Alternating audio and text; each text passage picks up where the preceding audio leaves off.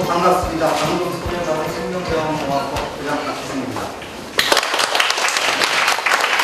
요 전 시간에 첫 시간을 했고 제가 작년에도 이거를 해봤는데 이제 시간을 조금 일찍 끝내고 여러분들이 저한테 직접 궁금한 게 있었는데 질문을 하는 시간을 가졌었는데 작년이나 올해나 질문을 안 하시더라고요. 질문을 안 하시고 쉬실 수 있게 50분까지 다 걸리진 않을 것 같아요. 생명공학 대하, 생명정공학부 여러분들이 조금 생소하실 겁니다. 생소하시고 이게 과연 무슨 단과대학인지, 뭐를 공부하는 학부인지, 뭐를 공부하는 과인지 그런 것들을 잘 모르실 것 같아서 제가 가능하면 여러분들 이해를 조금 도울 수 있도록 자세히 설명을 드리도록 하겠습니다. 자, 우리 중앙대학교는 전부 12개의 단과대학으로 구성이 되어 있습니다. 구성이 되어 있고 그 중에 생명공학대학은 그 밑에 1개의 학과, 시스템 생명공학과하고 2개의 학부를 가지고 있어요. 생명자원공학부하고 식품공학부로 구분이 되고 그 중에 생명자원공학부는 다시 동물생명공학 전공하고 식물시스템과학 전공으로 구분이 됩니다. 여러분들이 작년에는 별로 관심을 조금 가지지 못했을 것 같은데 지금 이제 올해 이렇게 찾다 보면은 생명공학대학은 올해 새로 생겼습니다. 작년까지는 우리가 자연과학대학에 소속이 돼 있었어요.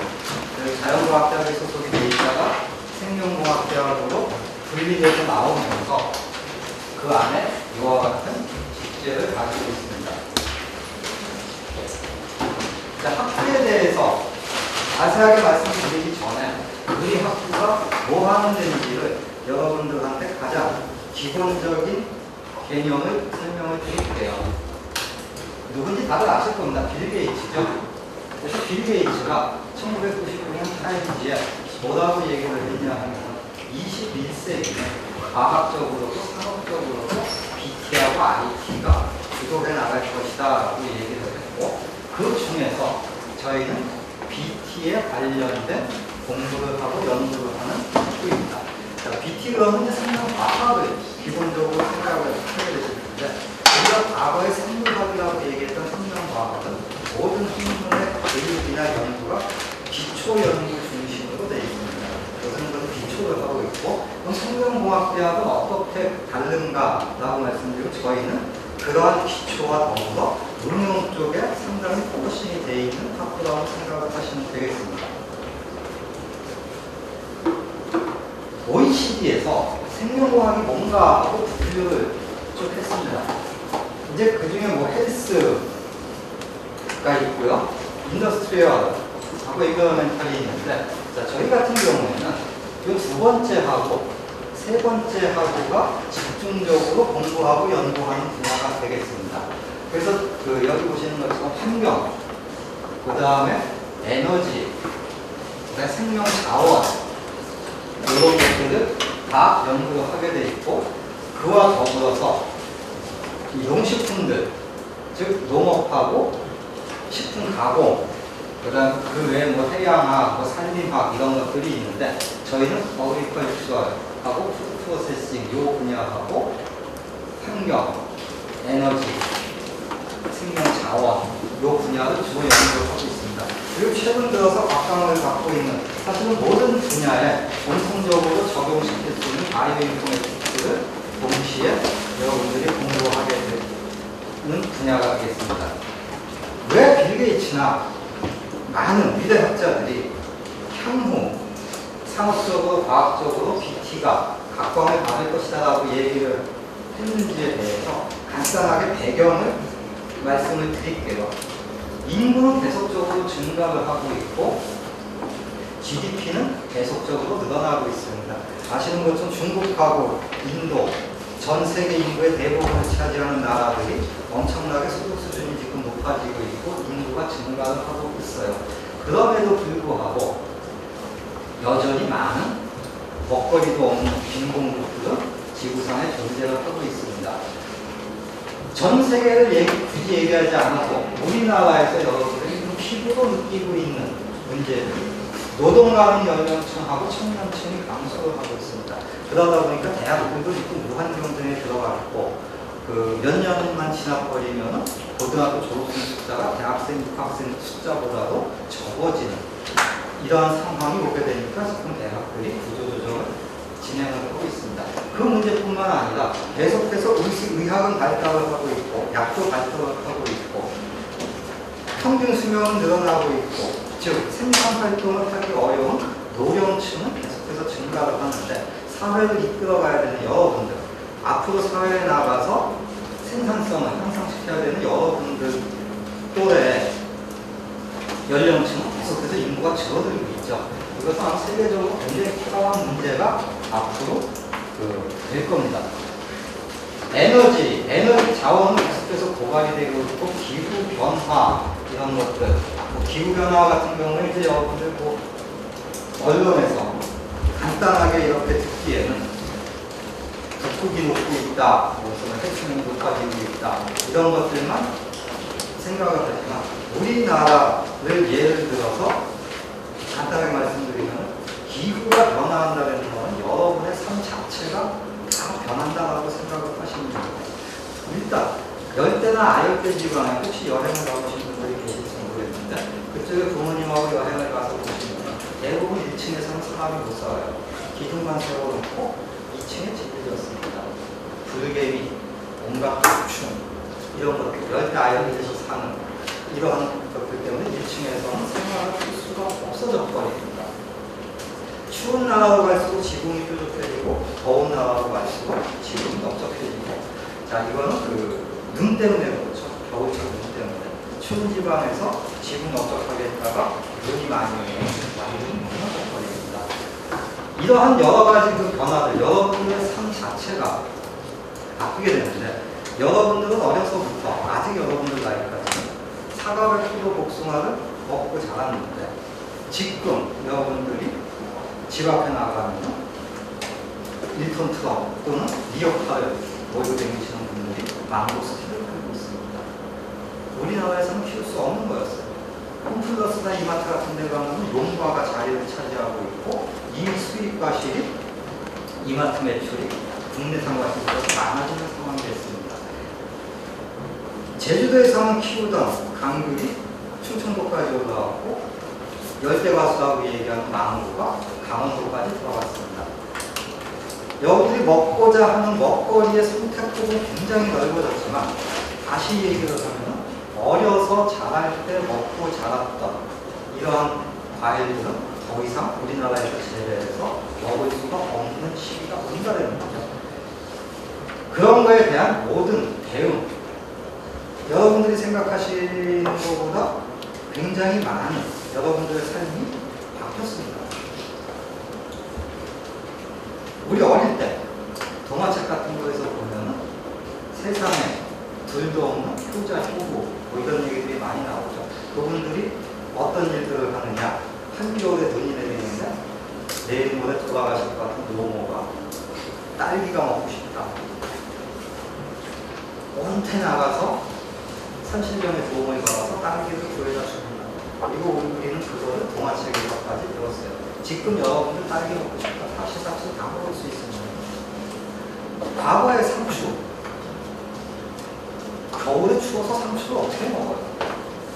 아파트 생활이 우리나라 생활의 주 거주지로 정착이 되면서 한겨울에도 반팔을 입고 다닙니다. 집에 있으면 더워요.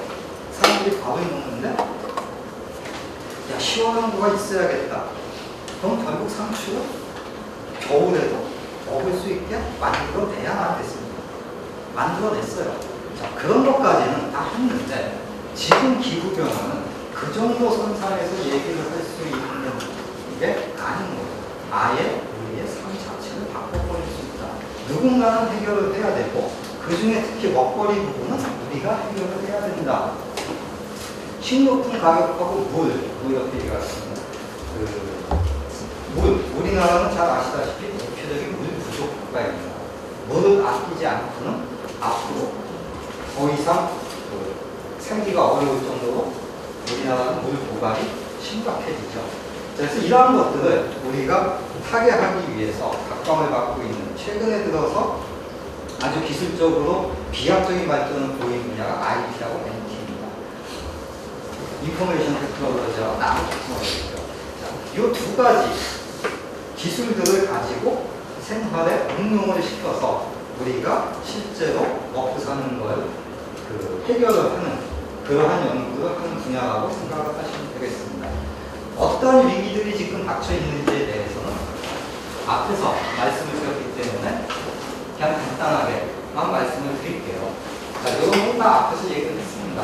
기후변화, 야간온도 상승하면 쌀수량이 10% 감소한다. 심각한 문제죠. 쌀수량이 10% 감소한다. 우리나라는 이제 주식이 쌀이 자꾸 소비량이 줄어들기 때문에 조금 더 하다 싶을지 몰라도 몇 년 전에 동남아 같은 데서 폭동이 일어났던 사건이 쌀수량 감소입니다. 그 과거에는 학문들이 굉장히 세분화되고 정형으로 나눠져 있었어요. 하나를 하면 그것만 하면 됐었습니다. 지금은 그거 하나만 해가지고는 시너지 효과를 얻기가 너무 어려워서 융복합 학문이 각광을 받고 있습니다. 우리나라 전체가 그렇고 대학의 많은 그 학과들이 융복합 분야로 점점 더 합쳐지고 있는 이러한 추세를 보이고 있어요. 녹색기술 개발, 환경이 변하고 생태가 변하고 결국은 우리가 앞으로 생각하는 녹색 기술을 개발을 해야 된다는 것이 지난 정권서부터 계속해서 나오는 얘기입니다. 자, 그럼 지금부터 이제 실제로 생명과학과의 식물시스템과학 전공을 소개를 해드릴 텐데 사실은 이거를 소개를 할 때 동물생명공학과를 먼저 소개를 드리는 게 맞습니다. 왜냐하면 학과가 생긴 연도가 달라요. 식물시스템과학은 1983년도에 생겼고 동물생명공학은 그보다 10년 이상 앞서 생겼습니다. 1969년에 생겨서 동물생명공학을 먼저 여러분한테 소개를 드려야 되는데 제가 학부장이 두 과를 한꺼번에 소개를 하다 보니까 제가 식물시스템과학을 전공하고 있기 때문에 편의상 작년부터 식물시스템과학을 먼저 여러분한테 소개를 드리고 있습니다. 식물시스템과학은 1983년 12월에 설립이 돼서 올해 30년이 됩니다. 2011년 현재 식물시스템과학 전공으로 변경됐습니다. 2011년에 중앙대학교에 굉장히 커다란 구조조정이 있으면서 저희가 그때 자연과학대하고도 소속이 변경이 돼요. 그때 당시에 학과 이름도 변경이 되죠. 그래서 우리가 주로 어떤 과학을 가리키고 어떤 경쟁력을 가지고 있는가 식물과학뿐만 아니라 환경생태, 좀 아까 이제 말씀드렸습니다. 환경생태라는 것이 어느 정도는 여러분들이 흔히 굉장히 많이 일상생활에서 듣고 계시는 친환경농업. 이 친환경농업은 친환경 농산물을 만들기 위해서 만들어진 농업이 아니고 유엔에서 어차피 사람이 먹고 살려면 농사는 져야 되는데 환경을 망쳐가면서는 먹거리가 암만 공급이 돼도 인류는 멸망할 수는 없다.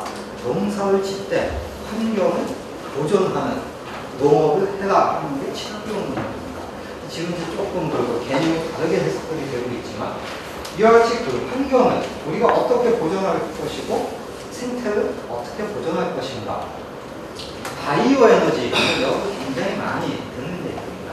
식물체에서 에너지원을 추출해가지고 지금 기술이 굉장히 많이 발달이 되어 있습니다. 그 다음에 유용물질, 기능성 물질이라고도 얘기할 수 있고요. 의료용 단백질 생산, 그 다음에 환경 정화 이러한 것을 등 생명사고 전체를 우리가 식물생명과학에서 공부를 합니다. 생태학, 환경공학, 분자생물학, 분자유기학, 과수학, 식물성장, 천연물 신소재, 기능성 물질, 분자농업, 첨단의 수확과 관리 등 즉 식물을 가지고 할 수 있는 모든 분야를 연구를 하고 있습니다. 제가 아까 말씀드린 것처럼 우리 학교는 12개의 단과대학으로 구성이 되어 있는데 그 내부에 학과로 들어가면 70몇 개지, 90몇 개지 그래요. 그동안에 조정이 많이 돼서 제가 정확한 숫자를 모르겠는데 그 중에 유일하게 식물을 공부하고 연구하는 학과가 식물시스템과학과입니다. 식물시스템과학과는 총 6분의 교수님들이 계세요. 사실 7분이 계셨는데 작년에 사고가 좀 있었습니다. 그래서 이제 올해 한 분을 더 모시려고 계획을 하고 있고, 현재는 6분의 교수님들이 계시고, 교수님 각각에 대해서는 좀 이따가 다시 설명을 드릴 거기 때문에 여기서 간단히 넘어가겠습니다. 자, 식물시스템과학은 바이오사이언스, 즉 생명과학하고 더불어서 거기에 환경하고 생태학을 같이 융복하고 공부하는 학과라고 생각을 하시면 됩니다. 그래서 식량, 품질, 소재, 저장, 환경, 생태, 병리 등등을 우리가 공부를 하고요.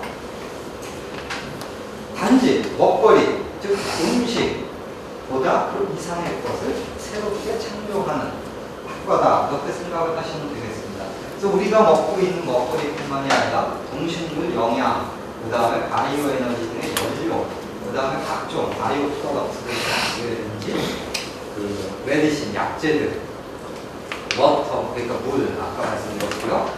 기후, 이런 것까지 전부 다 통틀어서 공부하고 연구하는. 그리고 우리가 이 연구 특성화 해가지고 여러분들하고는 약간 거리가 있을지 몰라도 그래도 이제 말씀드립니다.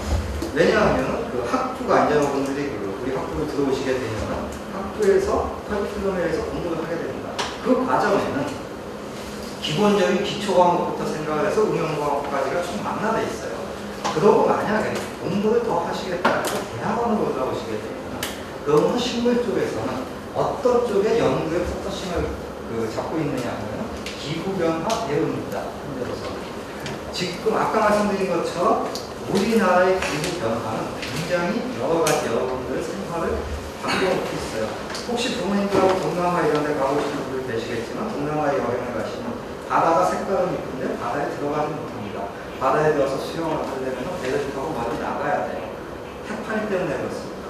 독성 해파리들. 얘네들이 지금 제주도에서 나와서 매년 사람들이 죽고 있어요. 서해안에도 올라왔다고 그러고요. 자, 기후가 변한다는 것이 아까 말씀드린 것처럼 여러분들 삶 자체를 바꿔놓게 되는데, 이러한 변화의 그 기후변화를 가지고 오는 여러분들의 모든 삶을 우리가 연구할 수는 없습니다. 그 중에서 우리가 할 수 있는 건 우리하고 관련된 것들이죠. 식물 유전 육종, 자, 분자 육종을 생각을 하시면 됩니다.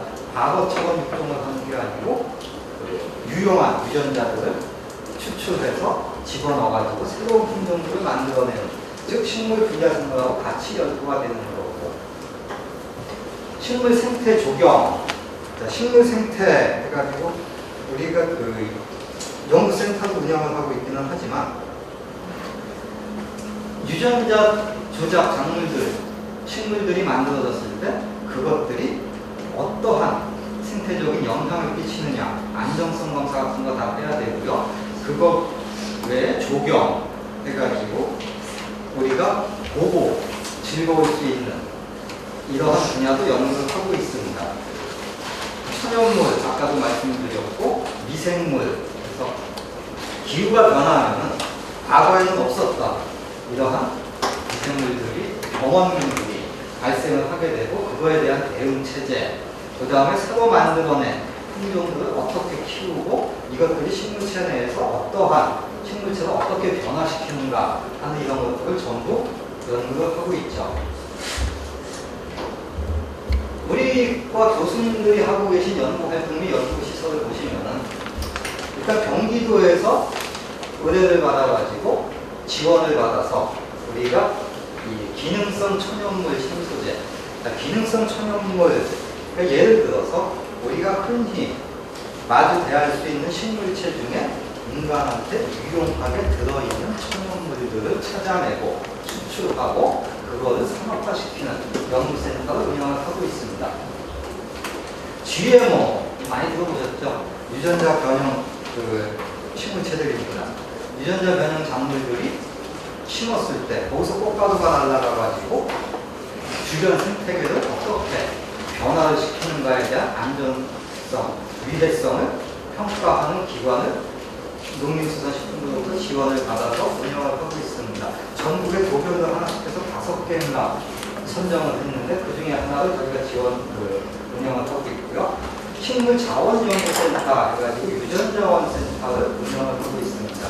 앞으로 세계는 그 자원, 종자, 재료 이런 것들의 전쟁터다라고 얘기를 하는데 그중에 우리가 유전자원 센터를 운영을 하고 있고 이 외에도 여러 가지 센터를 우리 과에서는 지금 운영을 하고 있습니다.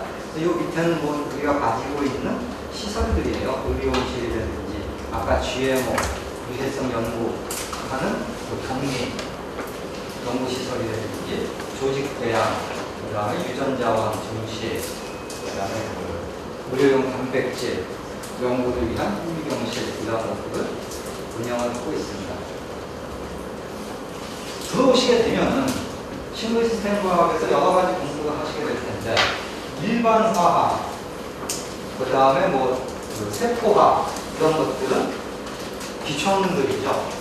우리 쪽 공부하기 위해서는 반드시 해야 되고 여러분들이 고등학교 때 아마 그 네 과목 중에서 2가지를 주로 선택을 해서 공부를 하고 계신 걸로 알고 있어요. 근데 생명자원공학을 하기 위해서는 화학하고 생물이 사실 필수 과목입니다.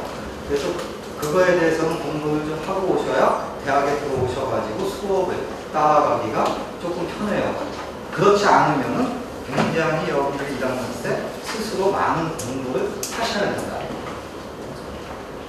자, 그거하고 관련해서 여기 보시는 것처럼 생화학이라든지 유전학, 생리학, 병리학, 미생물학 이런 기초 학문들을 여러분들 공부를 하시게 되고 또 더불어서 그 재배원론, 채소학, 토양학 등등의 응용 학문들도 공부를 하시게 됩니다.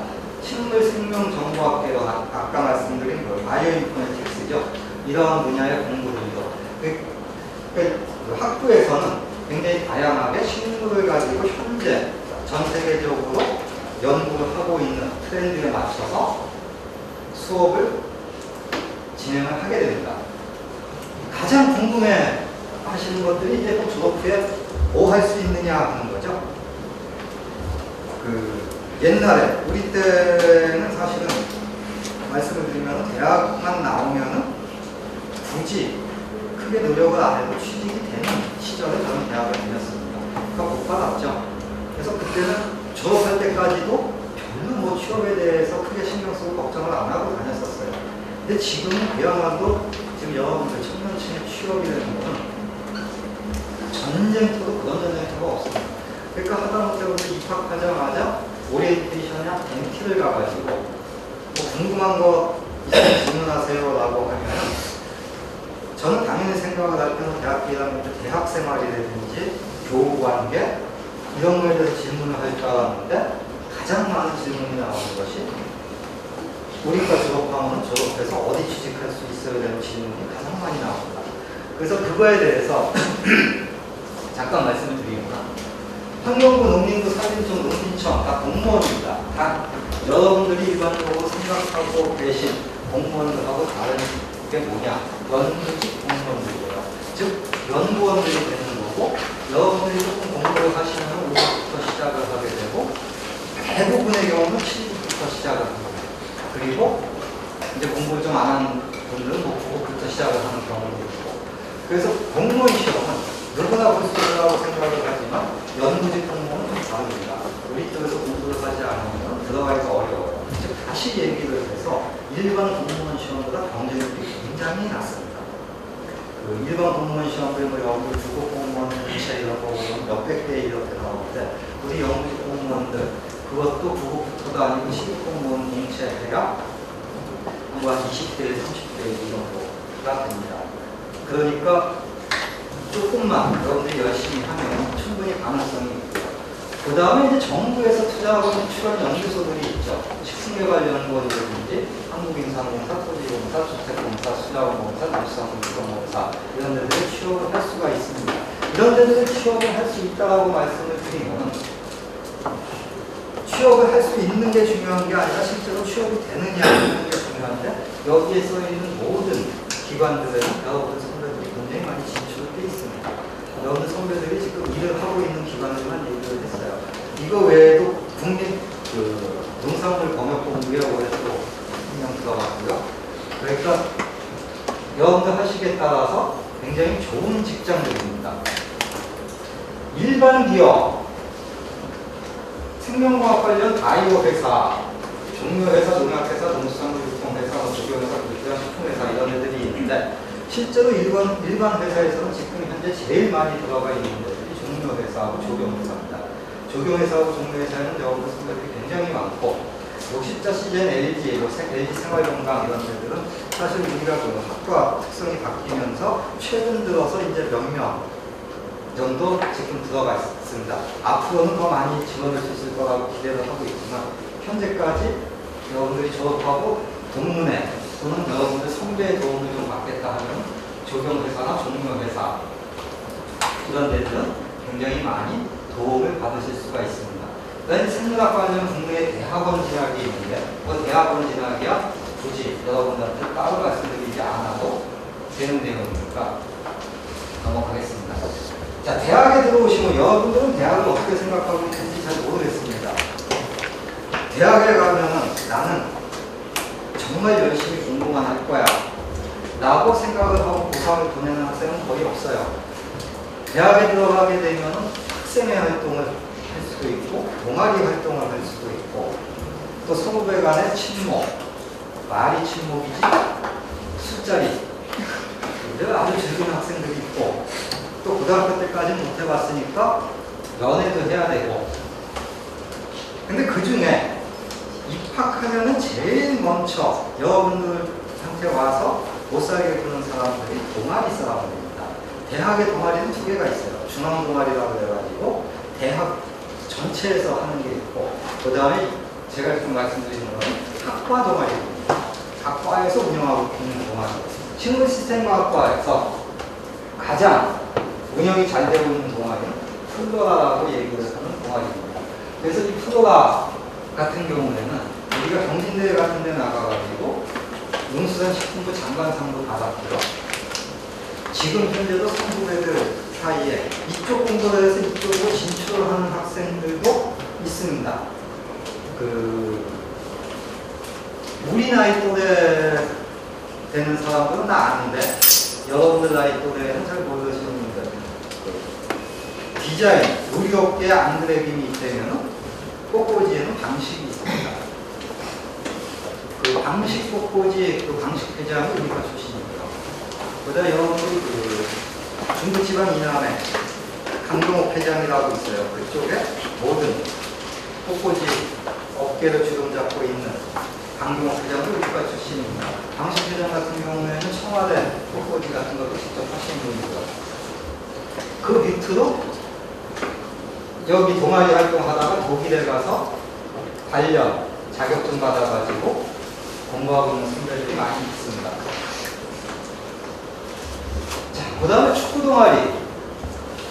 우리 과에서 가장 열심히 학생들이 몰려다니면서 공차고, 밤늦게까지 공차고 나서 술 먹고, 그 다음에 또 공차고. 제가 바로 이 전 시간에 말씀을 드릴 때 축구 동아리가 우리가 우승한 적이 없다라고 저는 기억을 했었는데 바로 대학원생이 정정을 해줬습니다. 작년에 체육대회에서 축구 동아리가 우리가 우승했었대요. 저는 뭐 있었는지 그것도 기억을 못하고 있으니 큰일입니다. 요거 외에 지금 여기에는 두 가지 동아리만 말씀드렸는데 물론 학술 동아리가 있습니다. 어느 과에든지 있듯이 조금 더 모여서 공부하고 세미나하고 책 보고 이런 동아리들이 있고요. 그리고 옛날에는 이제 과실주 동아리 뭐 이런 것들도 있었고 1학년 때만 여러분들이 하게 되는 치어리더 동아리도 있습니다. 그래서 각각의 동아리들이 있는데 여기에는 대표적으로 제일 지금 활발하게 유지되고 있는 동아리 두 개만 말씀을 드렸습니다. 식물시스템과학 전공 교수님들을 간단하게 소개를 시켜드릴게요. 저희 과의 지금 교수님 중에 가장 먼저 오신 분입니다. 안현희 교수님이시고 국회도대학, 국가의료대학에서 박사를 하셨습니다. 그래서 이분 같은 경우는 이제 조경학을 하시고 직접 아까 말씀드린 환경생태 이쪽을 많이 하시고 시중에 나가보면 이 교수님이 쓰신 책들이 굉장히 많이 나와 있습니다. 그래서 원체 대외적인 활동도 많이 많으시고 그래가지고 여기에는 지금 안 써놨지만 몇 년 전에 정부로부터 훈장도 받으셨어요. 우리나라 환경 쪽에 굉장히 도움을 많이 주셨다 해서 훈장도 받으시고 과거에 산업과학대학 학장도 역임을 하셨습니다. 축구 동아리를 맡고 계시고 연세는 우리 과에서 가장 많으셔요. 김정기 교수님께서 메릴랜드 주립대학에서 박사학위를 하셨고 이분은 주로 학회 활동을 굉장히 많이 하십니다. 그래서 지금 현재 한국원인학회 부회장을 하고 계시고 아마 차기 회장으로 지금 얘기가 되고 계신 걸로 알고 있습니다. 저는 프랑스에 있는 보르네유 대학에서 식물생물학으로 박사학위를 했습니다. 저는 그 학교로 오기 전에 한 7년 정도 국가의 연구직 공무원을 하다가 학교로 왔어요. 그러다 보니까 공무원 생활을, 연구직 공무원 생활을 7년 하다 보니까 정부 부처에 아는 사람들이 좀 많이 있어가지고 그쪽하고 연결돼서 하는 일들을 제가 주로 맡아서 많이 하고 있습니다. 아까 말씀드린 것 중에 분자육종이라는 것을 말씀을 드렸어요. 유용한 유전자를 우리가 빼내가지고 그거를 다른 작물에 넣어서 필요한 작물체를 만든다. 식물 유전 육종학을 전공하고 계신 이근표 교수님이십니다. 이분 같은 경우에 센터를 많이 운영을 하고 있고 지금 현재 GMO 센터하고 유전자원 센터하고 두 개를 다 이분이 운영을 하고 계십니다. 이상현 교수님, 서울대에서 박사를 하셨고 천연물 신소재를 가지고 이분은 약대에서 박사를 하셨죠. 되게 약학 박사신데 그래서 현재도 활동도 중앙 약사심의위원회 이런 데 생약분과에서 심의위원을 하고 계시고 이분이 전국에 우리나라에 자생하고 있는 식물들 중에 우리 사람한테 유용한 물질들을 찾아내고 분석하고 발표하고 산업화하고 하는 그런 일들을 굉장히 많이 하고 계십니다. 우리과 막내 교수님이세요. 한상욱 교수님. 그래서 UC 데이비스에서 박사를 하셨고 이분 같은 경우는 이제 학교에 오신 지 얼마 안 되고 나이는 어리시지만 우리과에서 가장 우수한 연구를 진행을 하고 있습니다. 그래서 여러분들도 신문지상이나 이런 데서 완전히 들어봤을 만한 작년에 네이처 커뮤니케이션스에 논문 내셨고 사이언스에서 논문 내셨고 다 주저자로 논문 내셨습니다. 그래서 전 세계적으로도 굉장히 이름 있는 알려져 있는 교수님이시고 미생물을 주로 전공을 해서 식물 격리를 연구하고 계십니다. 다음은 이제 동물 생명공학을 소개를 시켜드릴게요. 동물 생명공학에서 먼저 좀 말씀을 드리면 동물 생명공학은 제가 원래 소개를 한다기보다는 홍영호 교수님 동물 생명공학 학과장님이 오셔서 소개를 여러분들한테 해주셨어야 되는데 그분이 지금 연구 때문에 미국에 가 계십니다. 그래서 저보고 대신 부탁을 해서 제가 말씀을 같이 드리겠습니다. 자, 동물 생명공학과는 보시는 것처럼 아까 말씀드린 것처럼 1969년에 농과대학 축산학과로 출범을 해가지고요. 82년에 안성 캠퍼스를 우리 학교에서 중앙대학교에서 만들면서 이전을 하게 됩니다. 이때가 어떤 시절이냐 하면은 교육부 방침으로 서울에 있는 모든 대학교를 지방으로 이전을 시키는 이러한 커다란 사업이 진행이 되죠. 그래서 여러분 아시는 것처럼 성균관대 수원 캠퍼스나 경희대학교 수원 캠퍼스 뭐 이런 데들이 다 이때 당시에 이전을 하게 되고 그때 중앙대학교에서는 안성 캠퍼스로 이전을 하게 됩니다. 동물자원과학과로 이름을 바꿨다가 아까 말씀드린 2011년에 우리 학교가 대대적인 구조 개혁을 하면서 그때 동물생명공학 전공으로 재칭을 하고 저희하고 같이 같은 학교에서 지금 연구를 하고 있습니다. 동물하고 식물하고 동식물의 차이만 있지 실제로 연구하고 교육하는 것들이 크게 차이는 없어요. 즉 다시 말씀을 드려가지고 동물하고 관련된 모든 기초 기초 및 응용 학문에 대해서 연구를 하고 있는 게 동물생명공학입니다. 그래서 동물을 번식하고 육종하고 동물의 영양, 가공, 유통, 또 동물성 신소재, 유용물질, 첨단 생명공학, 생태, 복지 같은 많은 연구들을 동물, 식물을 나눠서 우리가 연구하고 있습니다. 동물생명공학과도 마찬가지로 1학기 때는 그 생명과학 이런 유기화학 이런 거를 공부하게 됩니다. 동물생명공학과도 식물과 마찬가지로 화학하고 생물은 기본적인 지식은 있어야 수업을 따라오기가 편합니다. 그래서 다양한 기초 과목들하고 전공 과목들도 구성이 되어 있는데 영어 강의가 굉장히 많이 있습니다. 아까 식물 쪽에도 영어 강의가 많이 있어요. 저희가 그걸 써놓지가 않아서 그런데 우리 학교는 지금 모든 학과에서 개설되는 여러분들 수업 교과목 중에 3분의 1 이상은 영어로 강의를 하게 되어 있습니다. 그러니까 그 여러분들은 의무적으로 들어야 됩니다. 그러니까 여러분들 입학을 하시면은 여러분들이 수업하는 수업 중에 3분의 1은 영어로 수업을 한다라고 생각을 하시면 됩니다. 취업도 친구하고 마찬가지예요. 정부기관 뭐 거의 유사합니다. 농림부, 농촌진흥청, 식품의약품안전청, 축산검역본부 뭐 이런 데들이 있고요. 정부출연연구소 거의 비슷하죠. 이제 공공기관에서 동작 같은 경우에는 축산물품질평가원 뭐 이런 데도 가지만 항공마사회 이런 데 굉장히 좋죠. 항공마사회 같은 데를 갈 수가 있고요.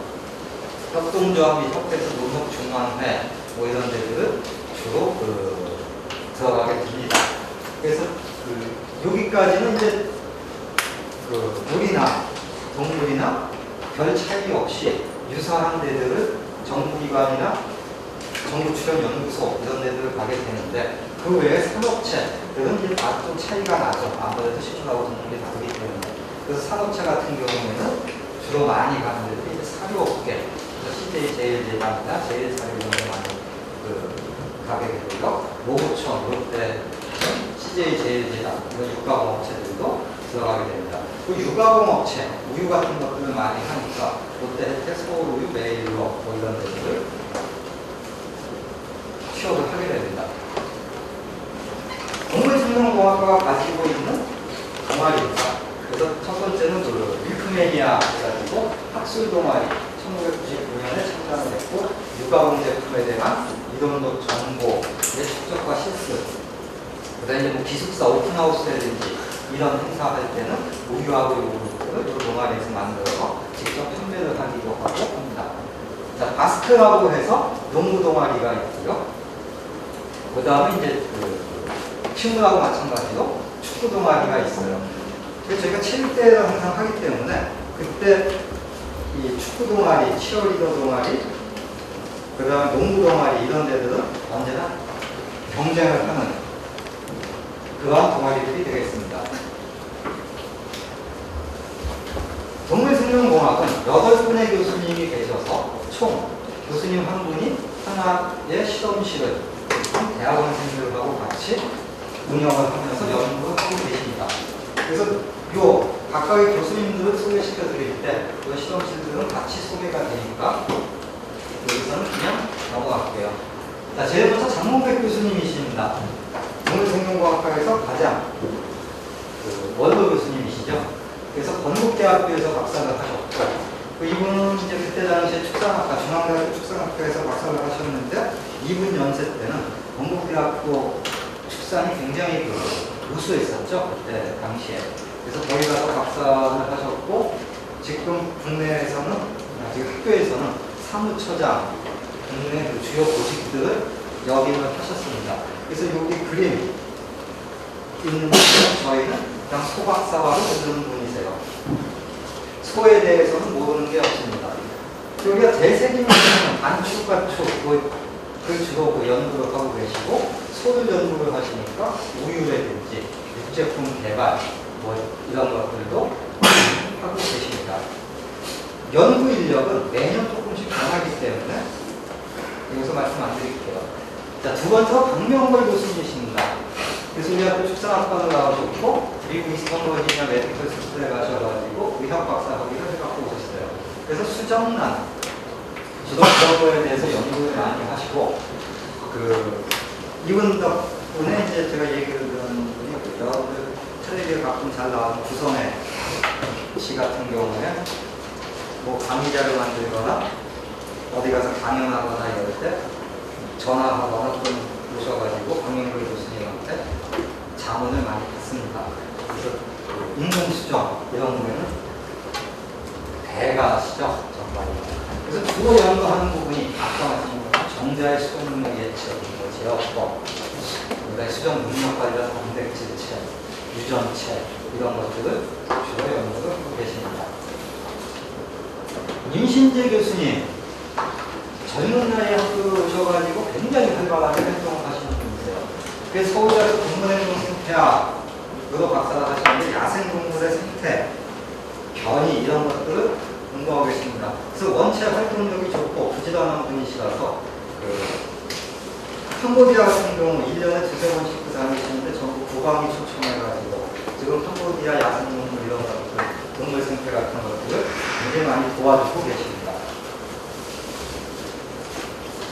동물 행동복지를 주로 이제 연구를 하시고요. 그래서 주로 야생동물의 행동에 관한 연구, 그 다음에 기후변화, 아까 말씀드린 것처럼 우리나라 동물 생태계를 지금 다 변하고 있습니다. 이러한 그 기후변화에 따라서 서식환경의 변화, 이런 것들 다 같이 연구를 하고 계십니다. 유범용 교수님, 중앙대학교에서, 우리 학교에서 이제 박사를 하셨고, 여러 가지 또 보직도 하고 계시는데, 이분이 전공하고 계신 거에 대해서는 굳이 제가 길게 설명을 드릴 필요가 없어요.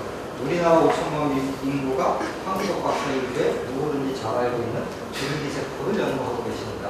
그래서 줄기세포를 연구하셔가지고 좋은 논문도 많이 나오시고 굉장히 활발하게 연구를 하고 계신 분이에요. 김문배 교수님이십니다.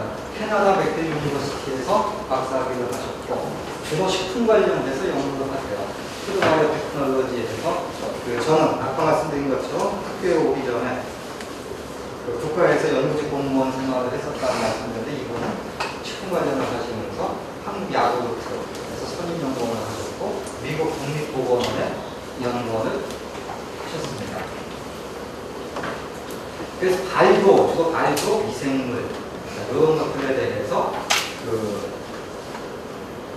연구를 하신다고 생각하시는 거고 아까 말씀드린 것처럼 지금 동물생명공학과 학과장님을 하고 계신 홍영호 교수님이십니다. 근데 지금 미국에 이제 가셨는데 보시는 것처럼 서울대학교에서 박사를 하셨고 지금 현재도 미국 농무성 연구원으로 다녀오셨고 그러다 보니까 미국하고 같이 공동으로 하고 계신 게 많아요. 그래서 현재 여러분한테 직접 인사를 드리지 못해서 죄송하다는 말씀 대신해서 전해드립니다.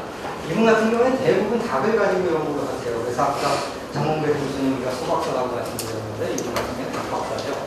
그래서 천질전환 닭에 대한 줄기세포 관련 연구를 하고 계시고 닭 면역 관련 유전자 세 가지 기능 연구를 하고 계십니다. 길동용 교수님이세요. 자, 미국 일리노이의 어바나 샴페인에서 박사를 하셨고 단위동 영양을 주로 연구를 하고 계십니다. 그래서 한국대학교 연구교수를 하시던 분은 이제 저희가 모셔왔고요. 그래서 동물 영양학을 주로 담당을 하고 계십니다. 그래서 동물 사료의 영양적 가치 또는 소화 이런 것들에 대해서 연구를 하고 계시고 여기 마지막으로 허선진 교수님이십니다.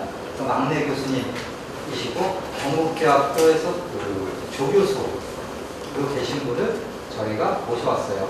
미국의 매사추세츠하고 아이오와 스테이트 유니버시티에서 연구원 생활을 하셨고 이분은 대부분의 연구가 식품 쪽으로 관련이 되어 있습니다. 그래서 식육학이라든지 식육 가공학, 기능성 식품학, 식품 위생학 이런 것들에 대해서 주로 연구하고 계십니다. 여기 보시는 것처럼 기능성 유제품, 소재 그런 걸 개발도 하고 바이오 센서를 이용해서 품질 측정 기술 이런 것들을 주로 연구하고 계세요. 자세한 것들은 만약에 여러분들이 우리 과를 들어오신다면 굉장히 재미있는 얘기를 많이 들으실 수 있습니다. 자, 제가 준비한 내용은 여기까지고 여러분들한테 이제 잠깐만 아까는 10분을 이렇게 하려고 질문을 하라고 질문을 안 하시더라고요. 그래서 이제 5분이 끝났는데 잠깐만 말씀을 드리면은 오늘 이제 산업과학대학을 거쳐가지고 지금 자연과학대학으로 통합이 됐다가 생명과학대학으로 분리가 됐습니다. 지금 현재 농물생명공학과는 작년도 중앙대학교 학과평가에서 최우수 학과 평가를 받은 학과입니다. 말씀드린 것처럼 우리 학교가 원체 여러 번의 구조조정이 있어가지고 단과대학은 12개가 있는 거로 알겠는데 학과가 정확하게 몇 개인지 모르겠어요. 오늘 70몇 개인지 90몇 개인지 하나 그렇게 알고 있습니다. 근데 그 중에서 몇 개 되지 않는 최우수 학과로 선정이 된 게 농물생명과학과고요. 그러니까 식물시스템과학과는 최우수 학과는 아니에요. 최우수 학과는 아닌데 그 대신에 우리는 작년에 대외 경쟁력 그 평가에서 교수 연구 논문, 학생들 교육, 장학금 모든 분야 통틀어가지고 전국에서 서울대 다음으로 2위에 있습니다. 물론 서울대를 이기고 싶어요. 근데 왜 웃어요? 참 쉽지 않겠죠, 그렇죠? 그래도 노력을 할 겁니다. 그래서 그 우익 식물 관련해서 연구를 하는 학과로서는 전국에서 서울대 다음으로 그 가장 우수한 평가를 받은 게 식물 학과입니다. 그리고 동물 학과는 아까 말씀드린 것처럼 중앙대 내 90몇 개 학과 중에 몇 개 안 되는 최우수 학과로 선정이 된 학과이기도 하고요. 일단 여러분들이 들어보시게 되면 생각보다는 훨씬 우수한 교수님들이 열과 성의를 다해서 여러분들을 아마 지도하실 겁니다. 지도하실 테고 여러분들이 후회하지 않는 선택이 될 수 있을 거라고 제가 자신 있게 말씀드릴 수 있어요. 자, 물론 4시 이후에 질문 시간이 여러분들한테 따로 주어지겠지만 그때는 교수님들이 아니고 그 뒤에 있는 조교분들이 여러분들 질문을 주고받게 될 겁니다. 여러분들이 얘기하기가 훨씬 편하실 거예요. 그러니까 혹시라도 저한테 직접 뭐 물어보고 있는 게 있으시면 지금 질문하시면 제가 한두 개는 질문을 아는 범위 내에서 답변을 해드릴게요. 뭐 궁금한 거 있으세요? 없죠? 제가 오늘 대학교에서 강의를 하다 보니까 학생들이 절대 맨 앞줄에 안 앉고요. 질문하려면 안 하고 질문 있냐고 눈 안 마주치려고 그래요. 이번에 보면 고등학생들이 똑같고요. 여러분들 너무 놀려요. 그것 때문에 마음 아파하지 마세요. 우리 매는 전체 교수회의를 하는데 교수회의를 하면 교수들도 똑같습니다. 절대 맨 앞에 안 앉고 앞에 선 사람하고 눈 안 마주치고 그러니까 다 행동이 똑같은데 너무 자신 없이 수동적으로 교육을 어려서부터 받아왔기 때문에 우리도 몸에 돼 있고 여러분들도 몸에 돼 있어요. 그러니까 혹시라도 조금이라도 궁금한 게 있다 보면 지금 이 자리가 아니래도 4시 이후에 우리 기다리고 있을 테니까 망설이지 말고 어떤 것이든지 질문하면 됩니다. 자, 오늘 여러분 수고했습니다. 여기까지.